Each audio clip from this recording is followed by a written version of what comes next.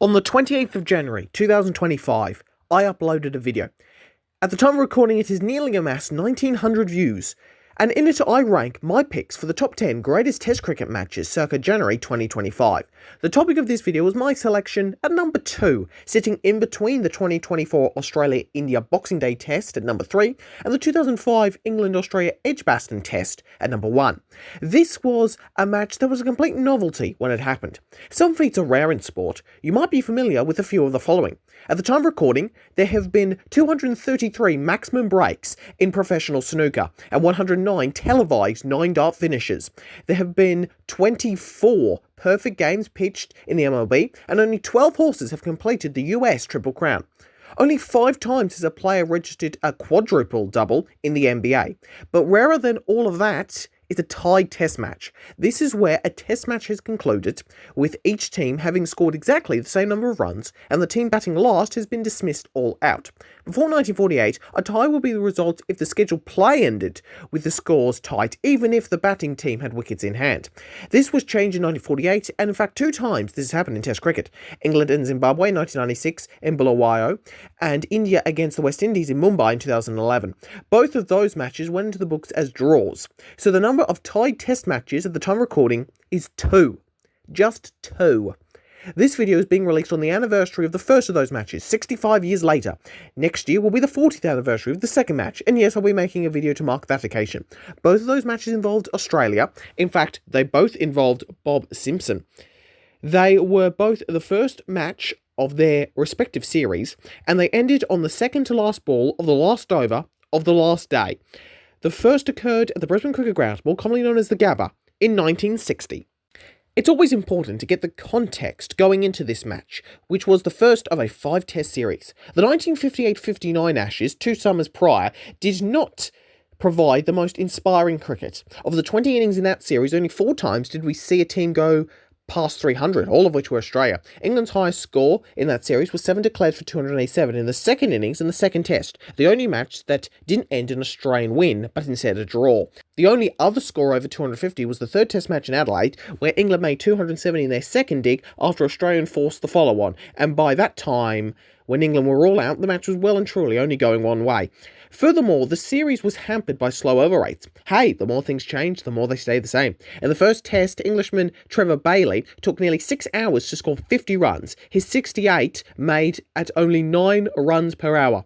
The 4-0 one-sided Australian rout had the public craving more exciting and competitive cricket. 1960 saw something unthinkable. The Australians toured over the Christmas-New Year period. They went to India and won the 5-match series 2-1. So this West Indies series, and indeed this Brisbane Test, was the first one played since that uninspiring Ashes series in Australia. Australian selector and the greatest Test cricket batsman ever, Don Bradman, took the highly unusual step of directly addressing the Australians before the first Test, imploring them to play, quote, bright and attractive cricket, unquote. To be fair to Bazball, we've clearly seen the let's make cricket more interesting over better chances of winning tactic before. There was history being made on the West Indies side of things. They were to be captained by Frank Worrell, who became the first black man to skipper the Windies for an entire series, and the second to lead the side at all after George Hadley. It was the first time the Australian Broadcasting Corporation would cover all 5 tests of a touring team. So here we have footage of the match, and you are seeing it as it was shown for the first time back in 1960. Worrell and his Australian counterpart Richie Benaud were both committed to playing attacking cricket. The end result, this test match, just the second time the West Indies had played in Brisbane, was described by Australia player-turned-writer Jack Fingleton as the greatest test of all. An important side note before we go into the match. The world of cricket at the time was divided between whether an over should be 6 balls or 8 balls. Before the 1980 edition of the Laws of Cricket, there was no stipulation regarding how long an over should be, but rather the law stated that the number of balls in an over was to be decided by the 2 captains prior to the toss. In practice, the number of balls per over were laid out in the playing conditions and determined by the host nation. When Test cricket started, there were 4 balls in an over. In 1889, it went up to 5, and 1900, it moved to 6, seemingly adding a ball to the over every 12-ish years. Everyone missed a 7th ball in 1912, but Australia got us back on track in 1922. And New Zealand followed 2 years later with an 8-ball over. England briefly experimented with the 8-ball over in 1939, which was supposed to last 2 years, but only lasted 1 due to the outbreak of World War II, and they quickly would head back to 6-ball overs. In 1961, South Africa went from 8 to 6, but Australia and New Zealand would not switch over until 1979. The Australians' decision largely influenced by World Series cricket and Kerry Packer wanting to throw as many ads as possible on Channel 9, by which time the rule change merely made it official. As a result, this match was played with 8-ball overs, so do keep that in mind or else some of these numbers might just feel a little bit off. For the record, 6-ball overs have always been used in test matches played in India and the West Indies. The West Indies won the toss and elected to bat first. They had two debutants in Cammy Smith and Peter Lashley. Smith opened the batting with Conrad Hunt, and Hunt faced the first ball, scoring the first run with a boundary on the third ball.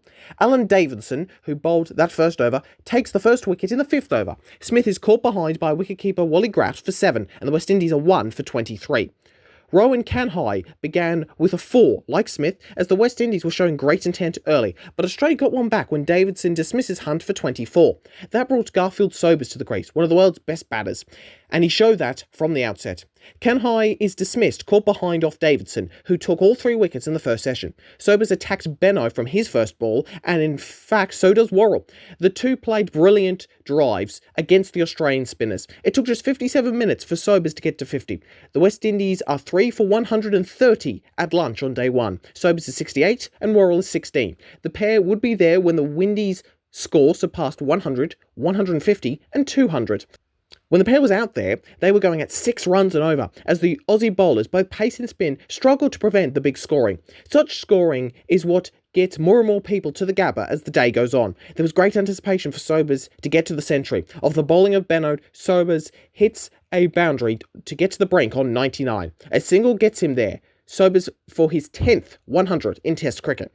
At the second session's drinks break, the West Indies are 3 for 207. Soon after, a Worrell cover drive gets him to 50. The partnership would come to an end when Sobers spoons up a full toss off the bowling of Ian McCliff, and Lindsay Klein makes the simple catch. An electric 174-run 4th wicket partnership comes to an end. Sobers is out for 132, having scored 21 fours, and the Windies are 4 for 239. Worrell would depart soon after for 65, caught behind as Davidson has his 4th, and the score 5 for 243.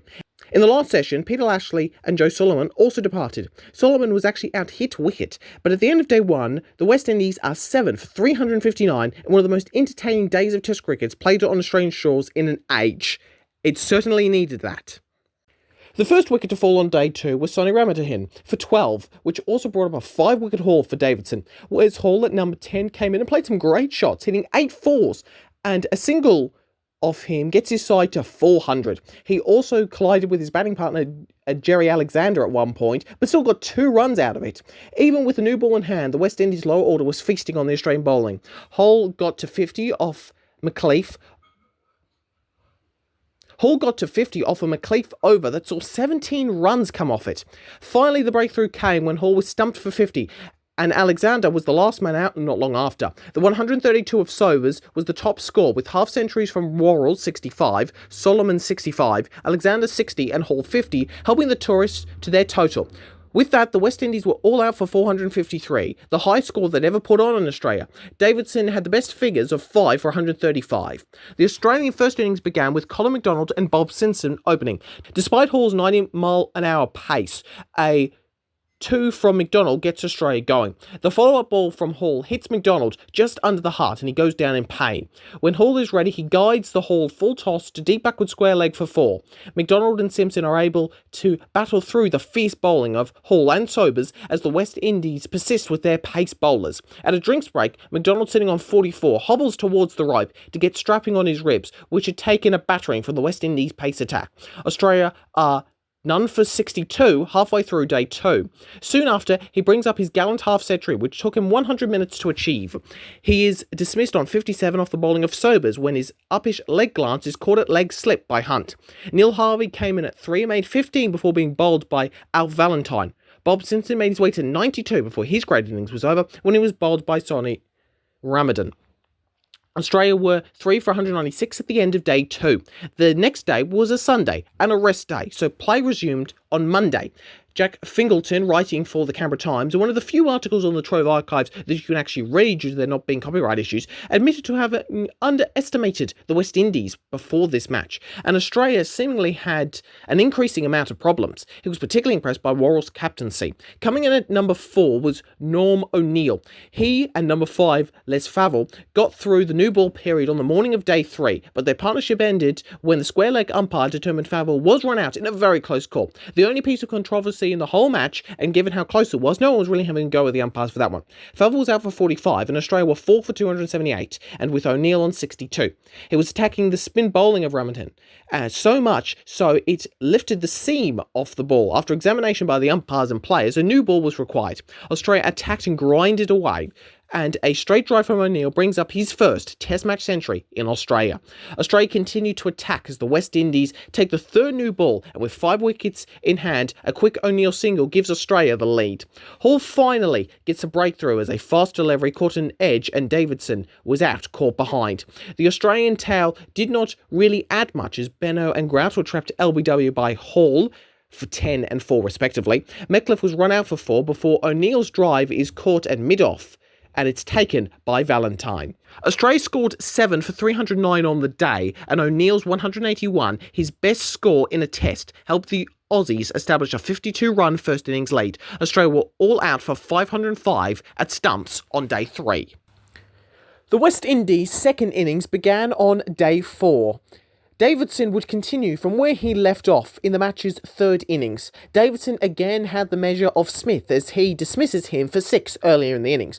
Hunt is out for 39 off the bowling of Mackay, and Sobers is unable to repeat his first innings heroics when he's clean bowled by Davison for 14. The West Indies are 3 for 114, with Kenai having scored 47 by the time Sobers was bowled. When Kenai departs for 54, caught behind, again off Davidson's bowling, his side is 4 for 127. The 5th wicket pair of Worrell and Solomon steady the ship, with the captain leading the way. They put 83 on before Worrell is finally out caught behind, and yes, it's Davison with the ball again. Worrell's out for 65, the same as his score in the first innings, and the score is 5 for 210. Davison follows that up by cleanly bowling Lashley, who didn't score off 2 balls. The Windies lead is 158 runs. Once again, the tail was lacklustre with the bat, as it was now up to Solomon, who made it nearly to the end of the day with his score of 57 to guide his team to a defendable total. The West Indies ended day 4 on 9 for 259. 25 crucial runs were put on by Hall and Valentine at the start of day 5. When Hall was dismissed, bowled by Davison, the Windies were all out for 284.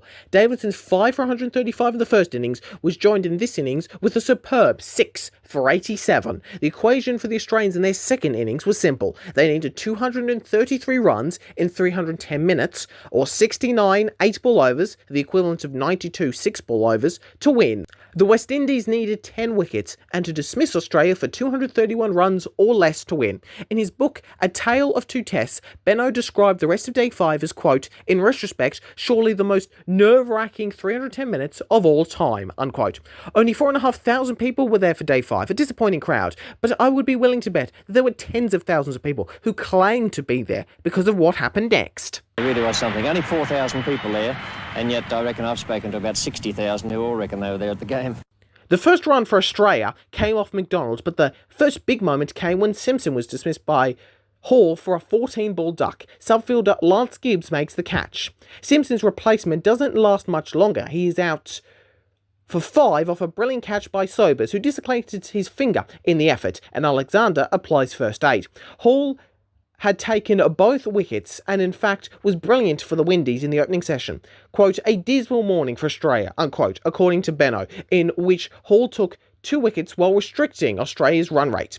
McDonald was bowled by Worrell for 16 and Favell only made 7 before being caught by Solomon off Hall's bowling. The West Indies were taking it to the Australians after seemingly been behind through day 4. At this point in the match, the ball was well and truly on top, as you'd expect it to be for a good proper 5-day match. As tea approached, Ramanathan bowls Mackay for 28, and the Aussies were reduced to 6 for 92 with number 7 Alan Davison and number 8 Benno, the last recognisable batters. Benno survives a shout for caught behind off his first ball, which if it had been given out, would have completely changed the complexion of this match and this series. During the tea break, with Australia 6 for 107, Benno assured Bradman that he was going for a win. Benno recalled thinking, they'll crack. If only we can get the pressure on them. They must crack. They've done it so often before. They'll crack. At 4 o'clock, commentator Alan McGillivray had left the ground, saying that the match was over. The spectators who lived in Sydney and had booked the 5:45 plane had a dilemma. Some stayed back and some risked leaving. Many were forced to go because of earlier commitments. Several confessed that it had been the biggest mistake of their lives. They could watch every test match played for the rest of their lives and would not make up missing the last session. What they missed was a famous 7th wicket partnership, as Davison, because of course it was him, it had been him for all 5 days, and his charismatic captain raced for the line. Not content with batting out for a draw, they still believed they could make the 124 runs in the last session with just 3 wickets in hand. They just kept scoring, kept playing good shots, and the momentum had swung all the way back, in line with what we were doing all match. The 7th wicket partnership was the highest for that wicket for Australia in Test history up to that point. By the time of this Davison off drive, Australia are somehow only 23 runs away. With 22 runs needed at 5:40 p.m, Benno hooks a short ball by Sobers for 4. Australia thereafter pick up runs here and there. With just 10 minutes left until the end of Day 5's play, Australia were just 9 runs away from victory. So knowing Australia's record in classic test matches, you're probably wondering how Australia screwed this up. Well, I'll tell you. Davison and Benno's 7th wicket partnership is still Australia's highest for that wicket against the West Indies. A single to mid-wicket got Australia to 8 runs away, but then disaster. After playing a short ball right at his face, Benno called through the single, but Solomon ran out Davison. Davison had struck 8 fours, scoring 80, and he'd batted for 194 minutes, but he would not see the match to its conclusion. The Windies sportingly clapped him off as Grout made his way to the middle. He took 2 balls to get off the mark, taking a single to make it 7 runs to win. At the start of the last over, the clock was showing 5:56 p.m. There is 4 minutes to go, and Hall has ball in hand. Australia needed 6 runs in 8 balls to win, with 3 wickets in hand. Grout was on strike at the start of the over and was hit on the thigh. Benno called him through for the single. Australia needed 5 and 7. The second ball is short, and Benno tries to hook it, but only catches an edge, and it's caught behind by Alexander. It's 8 for 228. Australia's number 10, Ian Metcalfe, cuts to mid-off, but there's no run.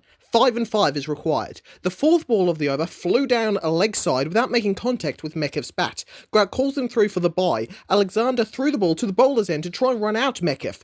Hall picks it up, throws at the stumps and misses, and Metcalfe makes his ground. 4 runs to win from 4. Hall bowls a bouncer and Grout plays the ball in the air to square leg. Canai was ready to get under it, but Hall also attempted to take the catch, resulting in a fielding mix-up and the catch being put down. The Australians take a single and needed 3 runs to win from 3 balls. Metcalfe slogs the 6th ball to mid-wicket and the batters take off. The batsmen run 2, tying the game as Hunt scooped the ball up just inside the fence. They attempted a 3rd run for the win, but Hunt's throw from the deep was a good one. It goes straight into the gloves of Alexander, who takes the bows off before Grout makes his ground. Australia are 9 for 232, requiring 1 run to win, with 1 wicket in hand and 2 balls remaining. They can't lose, barring the extremely unlikely scenario of conceding a 5-run penalty and then failing to make the new target. The number 11 is Klein. Can he get Australia home? And here's the single that wins the match for Australia. He's out. He's ready. Right out. The sun was down. Well. No, he can't. Klein pushes the ball to square leg and set off for the single. Solomon scoops the ball up and, with 1 stump to hit from 12 metres out, hits it, running Metcalfe out by a very narrow margin. The match has ended at 6 minutes past 6, and after both teams had scored a total of 737 runs. In the aftermath, Brisbane described the game as, quote, the greatest and most exciting of all time, unquote. Victorian and Australian selector Jack Ryder said, quote, it was tremendous. We will never see another test like it, unquote. Benno referred to it as the greatest game he had ever played in. The rest of the series was a thriller too. Australia won by 7 wickets in Melbourne before the West Indies bounced back with a 222-run victory in Sydney. After drawing Adelaide, the series went back to the MCG. Bob Simpson's 92 was the standout as Australia chased down 258 in the last innings to win the match by 2 wickets and take the series 2-1. The Australian public was grateful for the amazing cricket put up by the West Indies side. At the end of the series presentation, Warren was invited by Bradman to say some words, and the crowd sang for "He's a jolly good fellow" in dedication of the West Indies captain.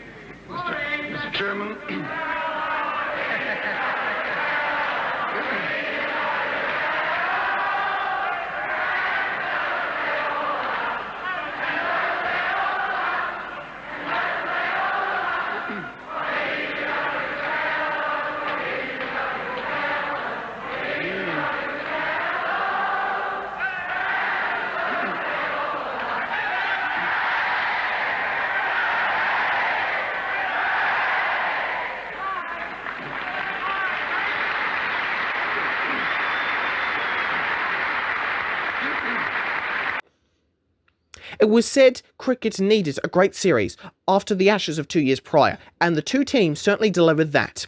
Never as more dramatically as a tie test. It was a test where the batters really starred, not to discount Hall with the ball, but Sobers in the first innings of the match, O'Neill in the second, Worrell in the third, and Davison in the last, all top scored in those innings with crucial runs that felt important in the moment. While that is the case, the ball saw the best work of the best player in this match. There was no such thing as a man of the match back then, but Davidson's great effort with the bat, but especially his 11 wickets with the ball, made him clearly the best player out there over those 5 days in my view. There are many cliches in sport. You might be familiar with a few of the following. A win is a win, one game at a time, defense wins championships, it's a game of inches, and they're in a league of their own. Another one you hear often is that neither team deserves to lose. That cliche perhaps never rang more true and accurate than on the 14th of December 1960, when neither the West Indies or Australia deserved to lose. What happened instead was that they had produced the very first test match tie. Amo, Simo, and Worrell too. Cricket greats, man, that is very true. Who played their best in the great tie test. Ramadin and Valentine, O'Neill and Lindsay Klein, all out there in the hot sunshine. They played their best in the great tie test. They played their best in the great tie test.